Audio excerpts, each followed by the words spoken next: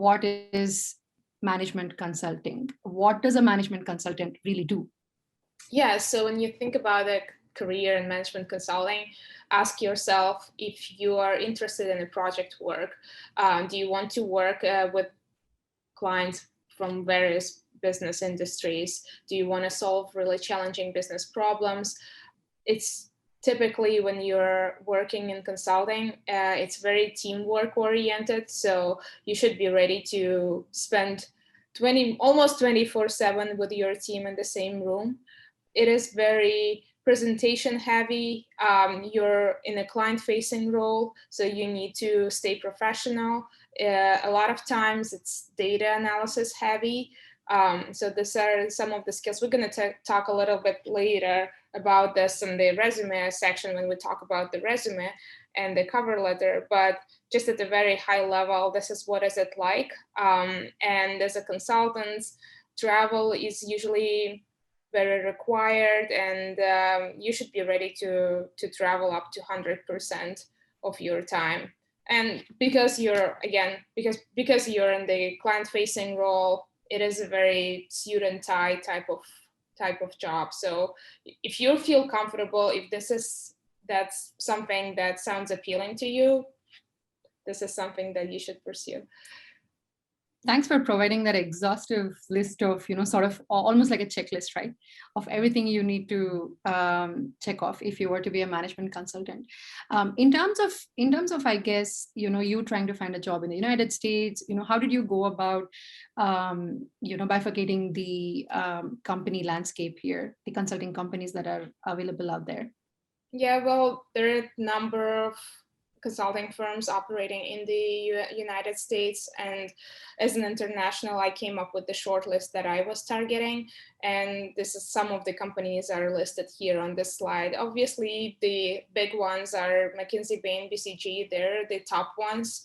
They're very well known. If you have them on your resume, it is a success for your future career. Also target big four companies, Deloitte, PwC, EY, check out on KPMG. There are smaller ones as well. One thing that I want to highlight here that the consulting firms are different. They all have specific areas that they specialize in. So before applying, do your research, find out which company would fit you best in terms of the work that they do, the lifestyle that they have, and the culture that they provide. Got it. I guess if a graduate student is, looking to apply for a consulting job, right? Or, trying to prepare for the career switch, what are some timelines that they should keep in mind? Yeah, that's a really good question. So consulting recruiting can vary depending on if it's on-campus recruiting or if it's experienced hires. So on this slide specifically, we're talking about on-campus recruiting, and I want to emphasize that this timeline is an approximate timeline. Please check with your school what would be the exact timeline for each company when they will come to the campus. Typically, internships start, like the recruiting for internships start around September. The interviews are held around December, January time, and by February you will know the decision. While full-time recruiting happens a little bit earlier, it starts around August, then the interviews will be held around September, October, and by December you will probably know the decision. I didn't mention the experienced hire. So for the experienced hire, it happens throughout the year. Keep an eye open on their websites, check the open positions. And one thing that I want to highlight, because it's very networking heavy, referrals have a big impact. So do your networking and reach out to people, try to get a referral when applying. Yeah, that was actually my next question. What is the absolute P0 as, they are trying to go about finding these jobs? How should they think about networking? Yeah, and even I know we spoke about the timelines. Even before the recruiting period starts, you should start networking. You should start thinking about how you're going to reach out to people, what you should do from as soon as you join the school, as soon as the year starts. So a couple of tools here, what to utilize. If you're targeting on-campus recruiting, attend the corporate events on campus, check out for corporate presentations, happy hours, office hours. One thing that I want to highlight here, even if you're invited to a happy hour, it's usually held at a bar or at a restaurant. It's not an environment for you to relax. I know a lot of students kind of, get a little bit more comfortable because it's an informal kind of event. But what happens in reality, they do watch you, watch your behavior, and they want to see how you can behave professionally in a non-professional environment. Another thing is leveraging your network. Obviously, reach out to your alumni, utilize your personal network, people from your country who speak the same language. It's always easier to create those ties with people who are from the same background as you are.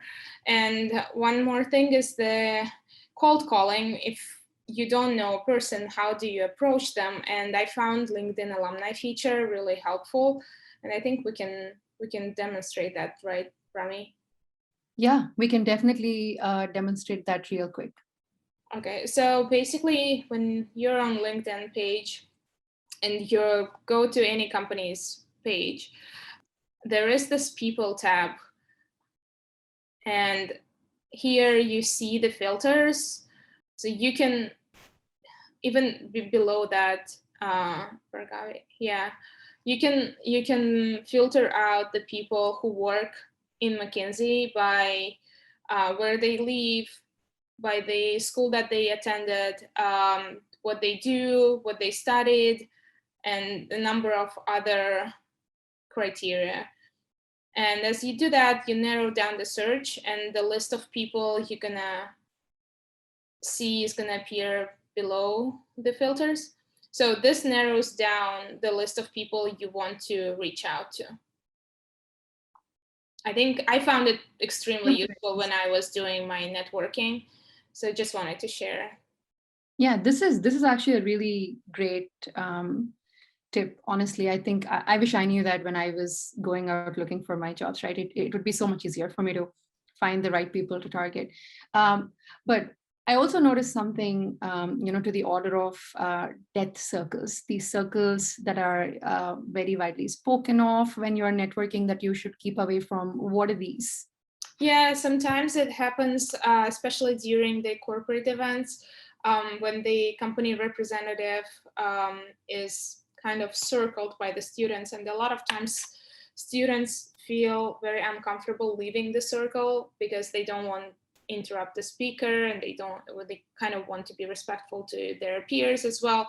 One thing that I found helpful, and this is one of the tools that I used, just wait when they pause in between the questions. And when your peer is asking the next question, step into the circle, offer a handshake, say, thank you so much for your time today. It was a pleasure meeting you, and just leave after that. Got it. I guess while you're networking, I'm sure you need to prep your resume in parallel, right? You don't know when is like the right time to just send that application across. What do you suggest having as part of the resume and cover letter? Yeah, we're getting to the interesting parts. So for the application process, you will typically need the resume, maybe a cover letter, depending on the company. So for the resume specifically, even if you don't have experiences in management consulting before this, that's totally fine. What they're looking for is transferable skills. Think about if you have done any problem solving in the past, if you had any process improvement experiences, if you did data analysis, if you worked in the team, if you presented to any kind of audience, highlight those skills in your resume. Make sure to include those, because those are the transferable skills that are very valuable in consulting, and they are very applicable there too. like it is as important, your previous experiences. So we highlighted some of the experiences here that are also really valuable, and this is something that management consultants would love to have on board.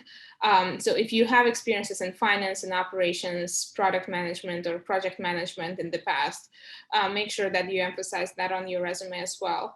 Here is a snip of like a piece of my resume, just as an example, how I laid it out. It's not like a best practice, but still something that worked out for me, so decided to share.